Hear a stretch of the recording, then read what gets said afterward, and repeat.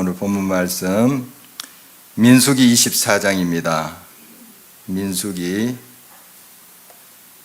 24장 1절에서 25절 교독하도록 하겠습니다.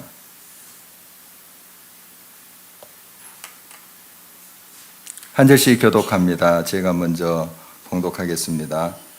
발람이 자기가 이스라엘 축복하는 것을 여호와께서 선히 여기심을 보고 전과 같이 점수를 쓰지 아니하고 그의 낯을 광야로 향하여 눈을 들어 이스라엘이 그 지파대로 천막 친 것을 보는데 하나님의 영이 그 위에 임하신다. 그가 예언을 전하여 말하되 부올의 아들 발람이 말하며 눈을 감았던 자가 말하며 하나님의 한성이 엎드려서 눈을 뜬 자가 야곱이여 내 장막들이 이스라엘이여 내 거처들이 어찌 그리 아름다운고 그 벌어진 물고치에 같고 강가의 동산 여호와께서 심으신 치는 것들을 물가에 그 물통에서는 물이 넘치게 했고 그 씨는 많은 물가에 있으리로다. 그의 왕이 아각보다 높으니 그의 나라가 흥왕하리로다. 하나님이 그를 위했으니 그의 들쏘가도 그의 적국을 삼키고 그의 뼈를 꺾으며 화살로 쏘아 깨뜨리리라. 꿇어앉고 누움이 수사자와 같고 암사자도 같으니 일으킬 자 누구이랴. 너를 축복하는 자마다 복을 받을 것이요 너를 저주하는 자마다 저주를 받을지로다. 발락이 발람에게 노하여 손뼉을 치며 말하되 내가 그대를 부른 것은 내 원수를 저주하라는 것이오늘 그대가 이같이 세 번 그들을 축복하였도다. 그러므로 그대는 이제 그대의 곳으로 달아나라. 내가 그대를 높여 심히 존귀하게 하기로 뜻하였더니 여호와께서 그대를 막아 존귀하지 못하게 하셨도다. 발람이 발락에게 이르되 당신이 내게 보낸 사신들에게 내가 말하지 아니하였나. 가령 발락이 그 집에 가득한 은금을 내게 줄지라도 나는 여호와의 말씀을 어기고 선악간에 내 마음대로 행하지 못하고 여호와께서 말씀하신 대로 말하리라 하지 아니하였나이까. 이제 나는 내 백성에게로 돌아가거니와 들으소서. 내가 이 백성이 후일에 당신의 백성에게 어떻게 할지를 당신에게 말하리라. 예언하여 이르기를 부올의 아들 발람이 말하며 눈을 감았던 자가 말하며 하나님의 말씀을 듣는 자 높으신 자의 지식을 전대와 환상과 엎드려서 눈을 뜬 자가 내가 그를 보아도 이때의 일이 아니며 내가 그를 바라보아도 가까운 일이 아니로다. 한 별이 야곱에게서 나오며 한 기후가 이스라엘에서 일어나서 모압을 이쪽에서 저쪽까지 쳐서 무찌르고 또 셋의 자식들을 다 멸하리로다. 그의 원수 에돔은 그의 유산이 되고 그의 원수 세일도 그들의 유산이 되고 그와 동시에 이스라엘은 영원히 주권자가 야곱에서 나서 남은 자들을 그 성읍에서 멸절하리로다 하고 또 아말렉을 바라보며 아말렉은 민족들의 으뜸이라 그의 종말은 멸망에 이르리로다. 또 개인 족속을 바라보며 예언하여 이르기를 내 거처가 견고하고 내 보금자리는 바위 위에 있도다. 그러나 가인이 쇠하니 나중에 아수르의 포로가 되리로다. 또 예언하여 이르기를 슬프다. 하나님이 이 일을 행하시리니 그때 살자가 누구이랴. 기띔 헤벨이 그들이 와서 아수르를 할때 예외를 괴롭힐 것이라. 그도 멸망하리로다. 함께요. 발람이 일어나 자기 곳으로 돌아가고 발락도 자기 길로 갔더라. 아멘. 지난주 말씀 잠깐 좀 복습하고 넘어가도록 하겠습니다. 제목이 헛되고 헛된 시도 이렇게 이제 붙였죠. 발락이 왜 발람을 불렀을까요? 그 모압 왕 발락이 거짓 선지자 발람을 왜 불렀을까요? 이스라엘 저주해달라고 불렀죠. 그래서 이제 발람이 왔습니다. 모압까지 왔어요. 와서 이제 제단을 쌓아라 해서 제단 몇 개를 쌓았습니까? 잘 모르겠어요. 7개 쌓았다고 그랬습니다. 7개를 쌓았어요. 그것부터 틀렸죠. 하나님의 제단은 하나인데. 벌써 이 하나님 여호와 이름을 발람이 부르지만은 지금 하고 있는 모습을 보면은 우상 숭배하는 것과 같잖아요. 그런 모습을 이제 보게 됩니다. 그러니까 오늘 이제 본문 1절을 보면 이제 점수를 쓰지 않고 이제 예언을 한다 이런 말이 있는 거 보면 지금 이제 23장에 나오는 내용들은 점수를 쓰고 지금 하나님 앞에 제사를 드린다고 하고 있는 거예요. 그러니까 이게 하나님 앞에 예배 드린 것이 아니라 뭐 하는 거예요? 굿하는 겁니다. 굿하는 거. 그러니까 이름은 뭐 여호와 뭐 하나님 막 이렇게 부르지만은 사실 발람이 지금 7제단을 쌓았고 자기 식대로 하는 거예요. 자기 식대로 우상 섬기듯이 하는 그런 모습을 보게 됩니다. 그런데 그 입에서 이스라엘을 저주하는 말이 나오는 게 아니라 어떤 말이 나와요? 축복하는 말이 나오는 거죠. 축복하는 말이 막 쏟아져 나옵니다. 그래서 옆에서 듣고 있던 발락 그 모압 왕이 기분 좋겠습니까? 아니 돈 많이 들여가지고 지금 이 발람이라는 사람을 불러왔는데 저주는 하지 않고 오히려 이스라엘 백성들 막 축복하는 거예요. 그래서 이제 장소를 옮겼습니다. 옮겨서도 또 제단을 몇 개 쌓아요. 그것도 모르시겠다. 7개 또 쌓아요. 다 이해하는 거 보면 자기 했던 방식으로 하는 거죠. 하나님을 온전히 예배 드리는 것은 아니에요. 그렇지만 또 장소로 옮겼지만 또 이스라엘 축복하는 거예요. 이런 게 이제 반복되는 것을 이제 보게 됩니다. 보게 되는데, 이렇게 이제 자꾸 장소도 옮기고 또 여러 시도를 이제 하는 것은 이 발람의 마음에 이스라엘 저주하고자 하는 마음이 있었어요. 있었습니다. 그러니까 자꾸 발락이 이끄는 대로, 그 모압 왕이 이끄는 대로 장소도 옮기고 또 제단도 쌓고 하는 거죠. 그 모압 왕이 요구한 대로 지금 하고자 하는 마음은 있었습니다. 그러나 그렇게 안 됐어요. 하나님의 영이 그를 딱 주장하고 그의 입술을 주장하고 있기 때문에 이스라엘 저주할 수 없었고 오히려 축복하는 모습을 보게 됩니다. 이렇게 이제 발람의 모습이 이제 계속 그려지고 있는데요. 오늘 이제 24장은 그동안 22장, 23장, 24장 세 장에 걸쳐서 이 거짓 선지자 발람에 얽힌 이야기가 기록되어 있어요. 그러니까 거짓 선지자가 이만큼 많은 분량의 기록 속에 남아있다는 거 참 특이한 거죠. 정말 하나님께서 이 발람을 보면서 이렇게 살아서는 안 된다. 이렇게 신앙생활을 해서는 안 된다. 이걸 우리들에게 교훈하기 위한 것입니다. 이제 오늘 1절 말씀, 2절 말씀 한번 보도록 하겠습니다. 같이 한 목소리로 읽어보십니다. 발람이 자기가 이스라엘을 축복하는 것을 여호와께서 선히 여기심을 보고 전과 같이 점수를 쓰지 아니하고 그의 낯을 광야로 향하여 눈을 들어 이스라엘이 그 지파대로 천막 친 것을 보는데 그때 하나님의 영이 그에 임하신지라. 1절 보니까 그렇죠. 전과 같이 점수를 쓰지 않아요. 그러면 전에는 어떻게 했다는 거예요? 점수를 썼다는 거죠. 그러니까 하나님 앞에 뭐 제단 쌓고 뭐 흉내는 냈어요. 근데 벌써 7제단을 쌓는 것부터가 이거 아주 사입이에요. 잘못되고 점수를 썼습니다. 하나님께 예배 드린다 하면서. 그럴 수가 있습니다.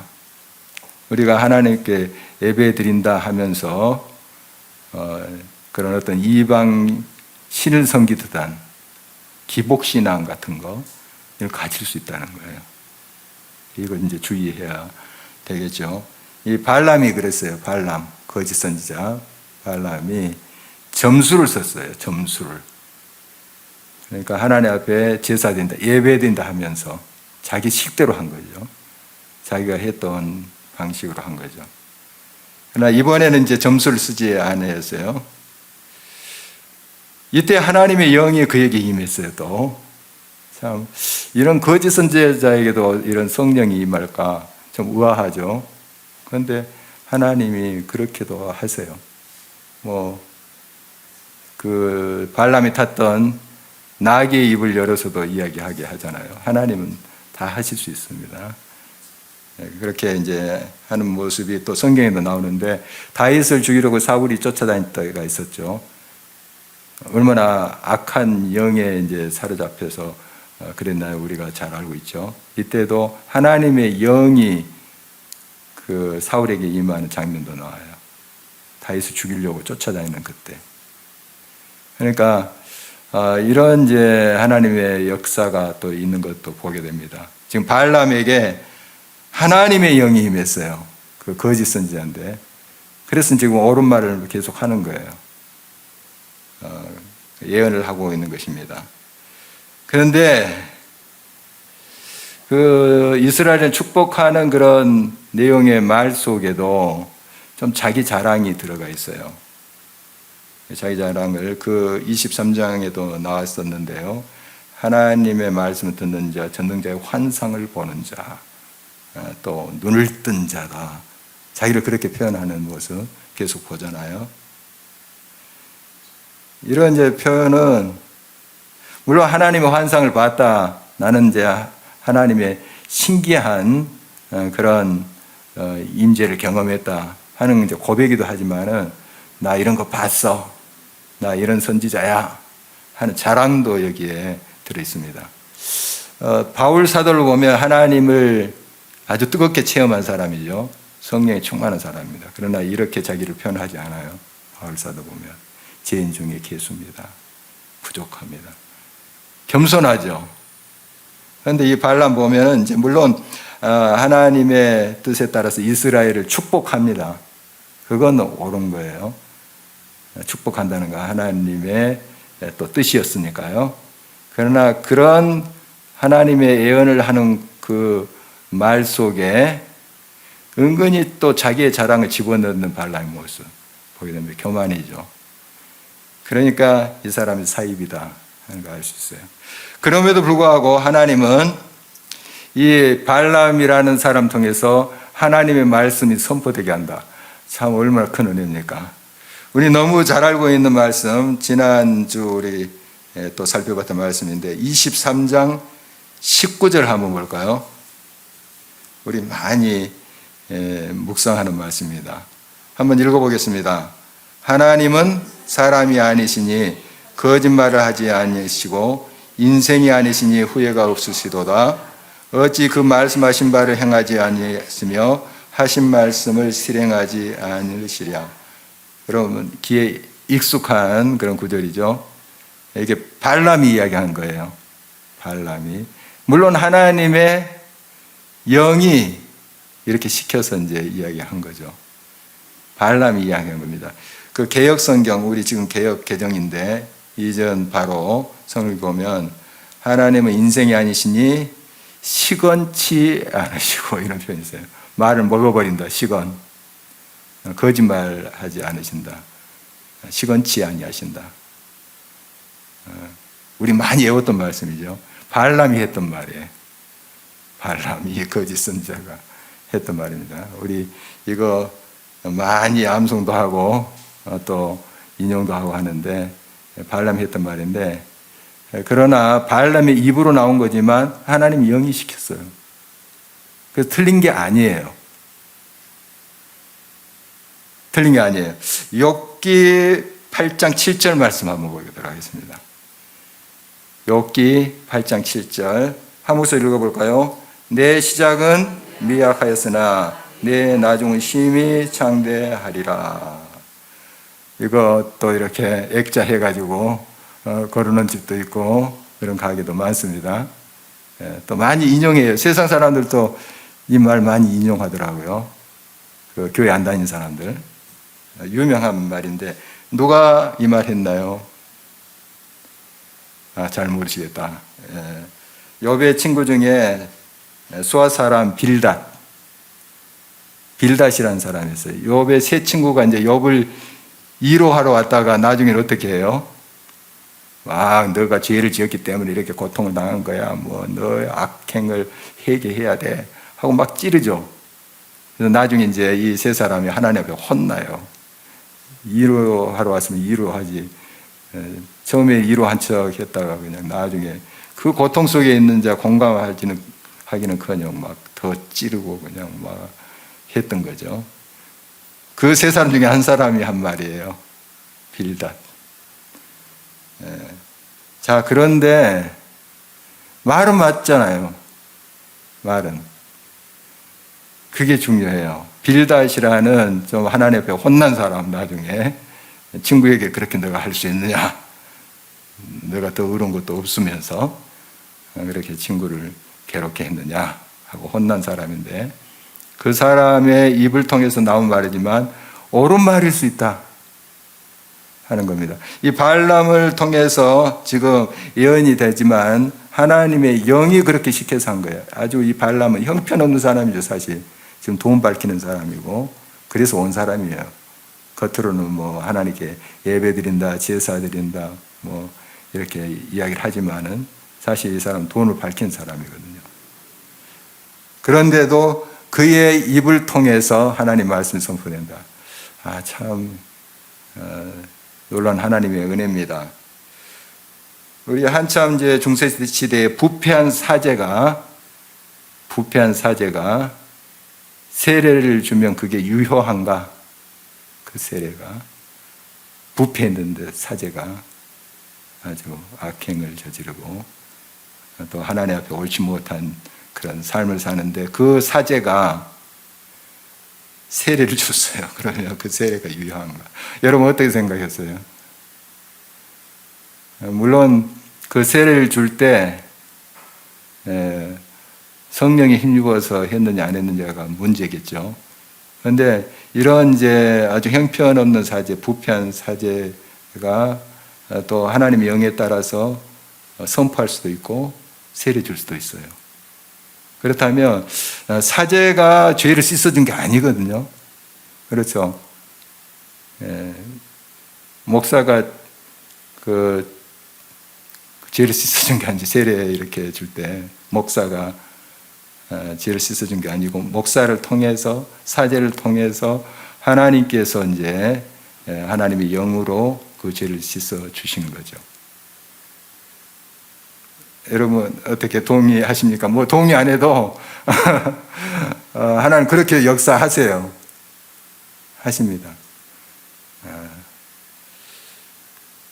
우리 청년 한 명이 얼마 전에 제가 이제 인도네시아 간다는 걸 아는 청년이에요. 내년에 이제 인도네시아 가면 자기가 결혼할 때 비행기표 보내줄 테니까 와서 줄에 서달라고 그러는 거예요.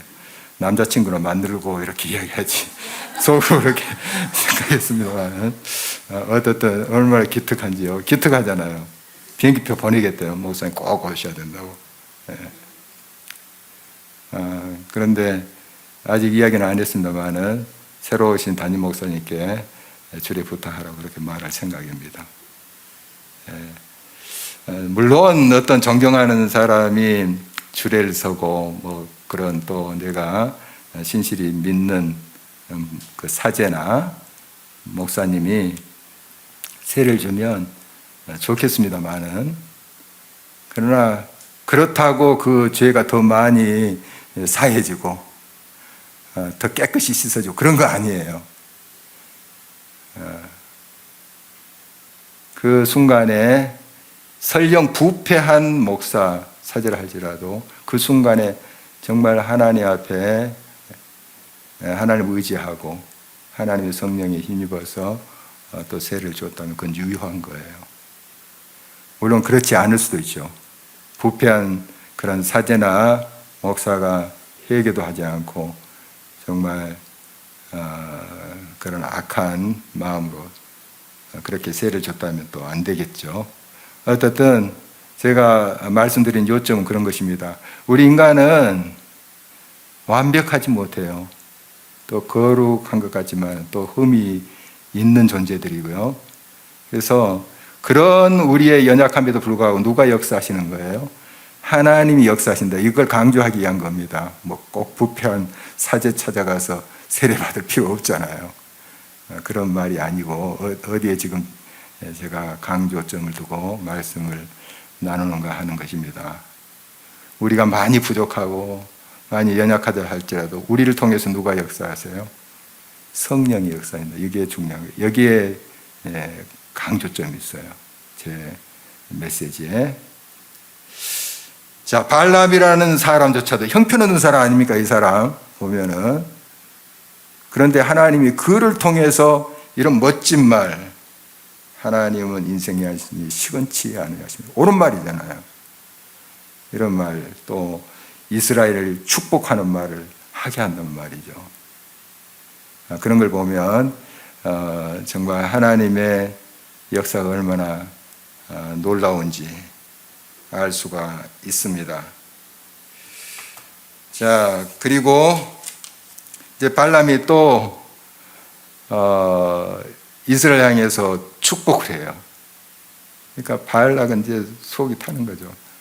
아니, 돈 많이 들여서 지금 이스라엘 저주하라고 데리고 왔는데 막 계속 축복해. 그냥 그 하나님의 영이 그렇게 한 거죠. 5절 6절 계속 볼까요? 어떻게 이제 축복하는가? 야곱은 이스라엘을 말하는 거예요. 같이 한번 읽겠습니다. 야곱이여 내 장막들이, 이스라엘이여 내 거처들이 어찌 그리 아름다운고, 그 벌어짐의 골짜기 같고, 6절까지 강가의 동산 같으며 여호와께서 심으신 침향목들 같고 물가의 백향목들 같도다. 축복하는 거죠. 이스라엘을 축복하는 그런 예언을 하고 있습니다. 그리고 지금 이런 말씀을 보면은 축복받을 자는 누가 뭐라 해도 축복받아요. 저주를 퍼본다 해도 축복받을 자는 하나님께서 주시는 것 아니겠어요? 복은 누가 어떤 말을 해도 축복받을 자는 축복받습니다. 저주받을 자는 누가 뭐라 해도 저주받게 돼 있어요. 그렇게 돼 있는데 이제 이건 좀 있어요. 하나님의 사랑하는 자가, 하나님의 인정함을 받은 자가 축복하는 자는 복을 받습니다. 좀 달라요. 앞에 이야기한 것과. 하나님이 기뻐하시고 인정하는 자가 축복하면 그 사람, 대상은 복을 받아요. 성경에 나오는 이야기입니다. 아브라함이나 하나님의 사람들, 내가 복을 빈 자에게 내가 복을 주겠다. 너는 복의 통로라. 이런 말씀합니다. 그런 것을 보면 우리가 또 알 수가 있습니다. 창세기 12장 3절에 보면은 또 너를 이제 복의 통로가 되겠다 하면서 아브라함에게 말씀하시는 내용 보게 되죠. 자, 이렇게 이제 계속 발람이 이스라엘 축복하자 옆에 있던 모압 왕 발락이 미치고 이제 팔짝 뛰는 거죠. 그러면서 이렇게 반응합니다. 10절, 11절, 2절 한번 보도록 하겠습니다. 함께 읽어볼까요? 발락이 발람에게 노하여 손뼉을 치며 말하되 내가 그대를 부른 것은 내 원수를 저주하라는 것이오늘 그대가 이같이 3번 그들을 축복하였도다. 그러므로 그대는 이제 그대의 곳으로 달아나라. 내가 그대를 높여 심히 존귀하게 하기로 뜻하였더니 여호와께서 그대를 막아 존귀하지 못하게 하셨도다. 손뼉을 치면서 그냥 막 화를 내는 거죠. 왜 저주하려 했더니 계속 이스라엘 축복하느냐 하는 거죠. 너 그대의 곳으로 달아나라. 죽을 수도 있다 너. 내 손에 지금 화가 난 거예요. 그런 이제 뉘앙스죠. 그렇게 이제 발락 모압 왕이 발람에게 이야기합니다. 아마 죽이고 싶었을 거예요. 이놈 돈 그렇게 많이 들여서 지금 데리고 왔는데 이스라엘을 오히려 축복하다니 하고 이제 죽이고 싶었으나 하나님이 두려웠던 거죠. 하나님이 지금 역사하고 계시다는 것을 이 모압 왕 발락도 느끼고 있어요. 알고 있습니다. 한두 번이 아니라 지금 계속 세 번째나 반복하고 있는 거잖아요. 다 알고 있습니다. 그리고 내가 내 말을 들었으면은 참 존귀하게 될 텐데, 그렇잖아요. 돈도 많이 주고 높은 관직도 주고 뭐 하겠다고 약속하잖아요. 그런데 내가 이제 그러지 못했다. 뭐 여호와께서 그대를 막아 존귀하지 못하게 하셨더라. 존귀함이 뭘까요? 이 모압 왕 발락이 말한 존귀함이 뭘까요? 너 존귀할 수 있었는데 이제 너 글렀다. 다 지나갔다. 이런 말 아니겠어요? 세상적으로 잘 나갈 수 있었다. 내가 너 잘 먹이고 입히고 높은 지위도 주고 명예도 줄 텐데 그거 다 지나갔다 이런 뜻이에요. 그런 존귀함, 세상의 명예, 부귀, 그게 무슨 소용이 있겠습니까 사실. 하나님이 싫어하시는데, 하나님이 기뻐하지 아니하신데 그런 것들이 사실 허무한 겁니다. 헛되고 헛된 것이죠. 이제 모압 왕 발락의 입장에서 존귀함이라고 이렇게 표현되는 거, 그건 하나님과 또 우리 입장에서 보면 헛되고 헛된 것들이에요. 아무 소용도 없는 것들입니다. 우리가 하나님의 뜻대로 행함, 하나님이 기뻐하시는 뜻대로 나아간다는 게 얼마나 귀한 것인지 다시 한번 생각하게 됩니다. 아울러서 이제 발람, 이 거짓 선지자이지만 지금 하나님의 영에 의해서 예언을 하고 있습니다. 이 모압에 대한 예언을 이렇게 하고 있는데 17절 한 목소리로 한번 읽어보도록 하겠습니다. 내가 그를 보아도 이때의 일이 아니며 내가 그를 보아도 가까운 일이 아니로다. 한 별이 야곱에서 나오며 한 규가 이스라엘에서 일어나서 모압을 이쪽에서 저쪽까지 쳐서 무찌르고 또 셋의 자식들을 다 멸하리로다. 모압이 결국 망한다, 이런 예언이죠. 이 한 별, 이게 결국 이제 메시아를 이야기한 것으로 해석을 합니다.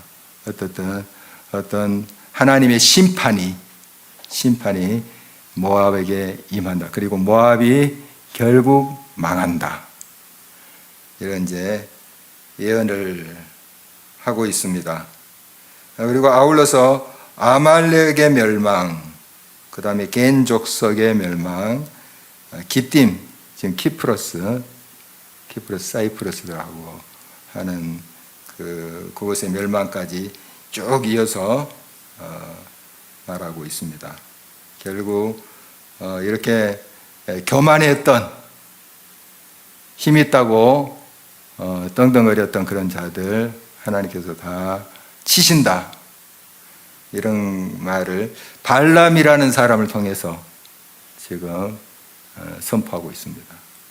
발람이 한 말은 옳은 말이에요. 지금 발람이라는 사람이 형편없지만 아주 거짓 선지자지만, 그러나 지금 이 순간만큼은 정말 하나님의 말씀을 대언하고 있는 것이죠.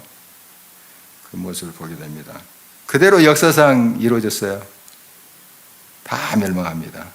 다 무너져. 교만한 모든 세력, 하나님을 경외하지 않는 모든 세력들 다 멸망했습니다. 자, 이 발람과 발락을 우리가 계속 이제 3장에 걸쳐서 봤는데, 계속 장소로 옮겨서 뭐 제사도 드리고 뭐 또 예언도 하고 하는 모습 보면 어떤 것이 이제 엿보이냐 하면, 하나님의 뜻대로 순종하고자 하는 것보다도 어떻게든 좀 하나님의 뜻을 수정해 보려고, 정정해 보려고 하는 그런 시도들을 보게 됩니다. 통할 수가 있겠습니까, 그게? 아무리 장소를 100번 옮겨도 통하지 않아요. 제단을 70개 쌓아도 통하지 않는 겁니다. 통할 수 없어요. 하나님을 조종하려고 하는 그런 마음부터가 틀린 거죠. 네. 자, 우리의 신앙을 살펴봅니다. 하나님을 움직이려고 하는 그러한 우리의 시도는 다 헛됩니다. 뭐 어떤 찬양이 그런 것도 있어요. 우리가 이제 하늘 보호자를 움직인다 뭐 하는 그런 찬양의 가사가 있었습니다. 우리의 기도 막 울부짖으면 하늘 보호자를 움직여가지고 하나님을 조정해가지고 어떻게 응답을 얻게 되는 그런 뉘앙스의 이제 찬양의 가사가 있는데요. 물론 열심히 전심을 다해서 하나님 앞에 매달려서 기도하자. 그런 포커스라면 또 맞는 표현일 수 있지만 하나님을 어떻게 조정해 보려고 하는 그런 의도가 있다면, 그런 마음이 있다면 그거 잘못된 거예요. 하나님은 우리가 조정할 수 없습니다. 100번, 1000번 예배를 드리고 금식하고 부르짖어도 안 돼요. 하나님을 조정할 수 없어요. 하나님의 뜻에 우리가 순복하는 거죠. 그래서 우리의 기도는 우리가 목적하는 바를 얻어내는 것이라기보다도 하나님의 뜻에 나를 맞추는 거예요. 결국 하나님의 뜻은 내게 가장 좋은 거예요. 우리 자식과 부모의 입장들을 한번 비교해서 생각해 보십시오. 부모들은 이제 인생을 이제 살다 보니까 무엇이 옳고 그르고 하는 걸 어느 정도 알잖아요. 그런데 이제 젊은 자식들은 막 고집을 피우면서 해달라고 하죠. 그러나 때로는 이제 거절도 하고 하는데, 결국 부모의 말 듣는 것이 옳다 하는 걸 나중에 깨닫게 되죠. 물론 다 옳은 건 아니에요, 부모라고. 그렇지만 이제 보편적인 것을 이야기합니다. 우리 하나님은 우리의 가장 좋은 거, 귀한 거, 생명이 되는 거 아시는 분이에요. 그래서 그 하나님의 뜻대로 하는 것이 가장 우리에게 좋은 거예요. 우리가 하나님을 조정하고 막 움직여서 고쳐서 해보려고 하는 시도. 이게 이제 우상 숭배자들이 했던 거예요.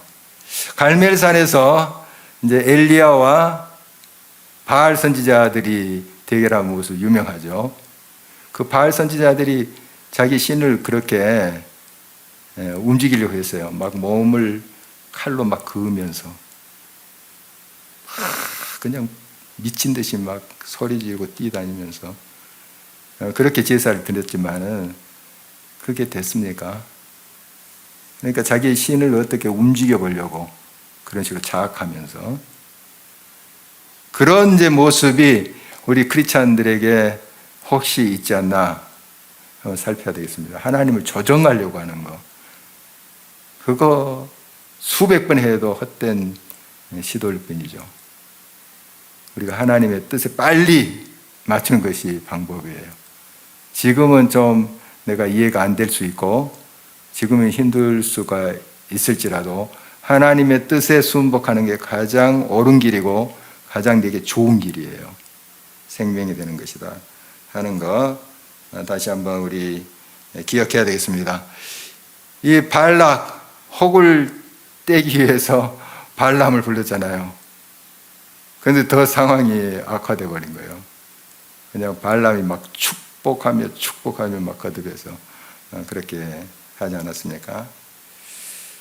정말 하나님의 뜻에 반하여 하나님의 뜻에 거슬러서 이렇게 했던 그런 모든 노력들 오히려 더 상황을 악화시킨다 하는 거 이제 모압 왕 발락을 보면서 우리가 배울 수 있는 것이죠. 이제 결국 그 발람과 발락 어디로 갔냐 하면 25절 한번 보도록 하겠습니다. 마지막 절 25절 함께 읽겠습니다. 발람이 일어나 자기 곳으로 돌아가고 발락도 자기 길로 갔더라. 물론 이제 발람 자기 집으로 갔겠죠. 발락도 자기 왕궁으로 갔겠죠. 그런 의미도 되겠지만 여기 중의적인 그런 의미가 있습니다. 자기 곳으로 자기 길로 갔다. 말짱 도루묵이다 하는 거예요. 자기 길로 갔다. 그렇게 난리 법석 다 피웠잖아요. 돈 많이 드리고 사람 불러오고 또 뭐 이곳저곳 옮겨다니면서 제사 드리고 난리 피웠습니다. 말짱 헛수고예요. 결국 자기 길로 가요. 자, 이 발람이라는 사람 하나님을 굉장히 깊게 체험한 거 아닙니까? 하나님 음성도 듣고 성령이 임해서 그의 입으로 막 이스라엘을 축복하고 굉장히 체험 아닙니까?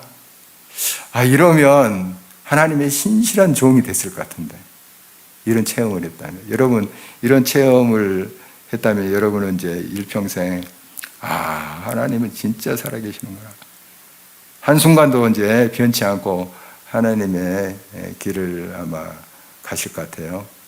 그런데 그런 기이한 체험을 하고도 결국 발람은 자기 곳으로 돌아가요. 돼지가 막 지저분한 거 아무리 씻겨서 그냥 머리에 리본까지 달아도 풀어놓으면 시궁창으로 다시 가잖아요, 이 돼지가. 그렇잖아요. 참 이 발람이라는 사람, 아무리 그렇게 하나님의 기이한 역사를 보고 체험해도 자기 곳으로 돌아갔대요.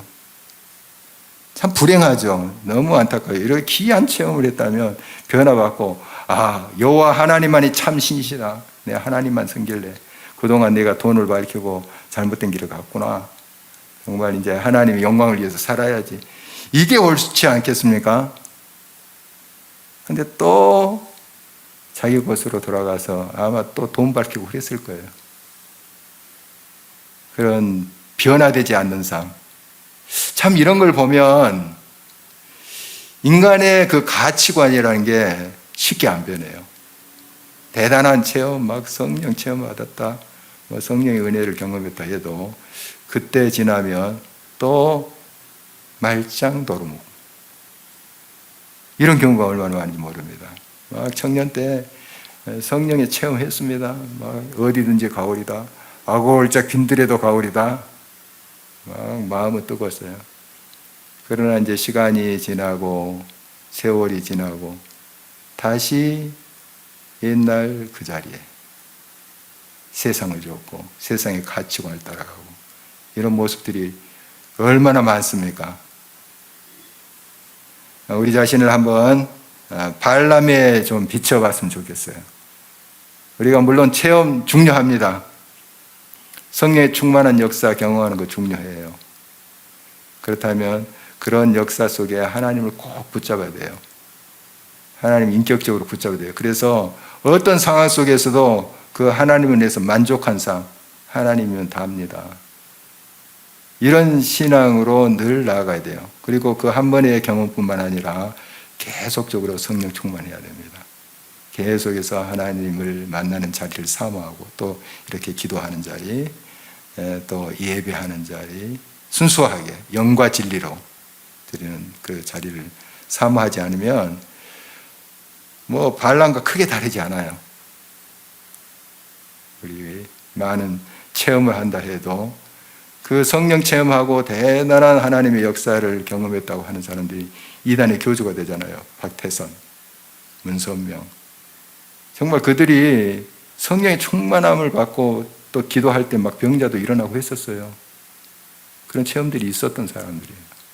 그러나 지금 보면 아주 말도 안 되는 그런 거짓 선지자들이 돼 있잖아요. 우리 너무 잘 알고 있습니다. 그러니까 우리가 이제 여러 좋은 체험들, 성령의 역사들 경험하는 것 참 중요합니다. 귀합니다. 이때 하나님 앞에 더 겸손히 우리를 비우고 하나님 앞에 더 나아가고, 또 순간순간마다 넘어질 수 있는 존재다, 섰다 할 때 거꾸러질 수 있다, 이런 것을 우리가 알면서 겸손하게 한 걸음 한 걸음 매일매일 하루하루 주의 말씀과 동행하는 그런 삶이 돼야 되겠습니다. 그렇지 않으면 우리 역시 또 이런 발람의 전철을 밟을 수 있다 하는 거 우리 기억하면서 하나님 앞에 신실한 삶으로 응답하는 저와 여러분 되시기를 간절히 바랍니다.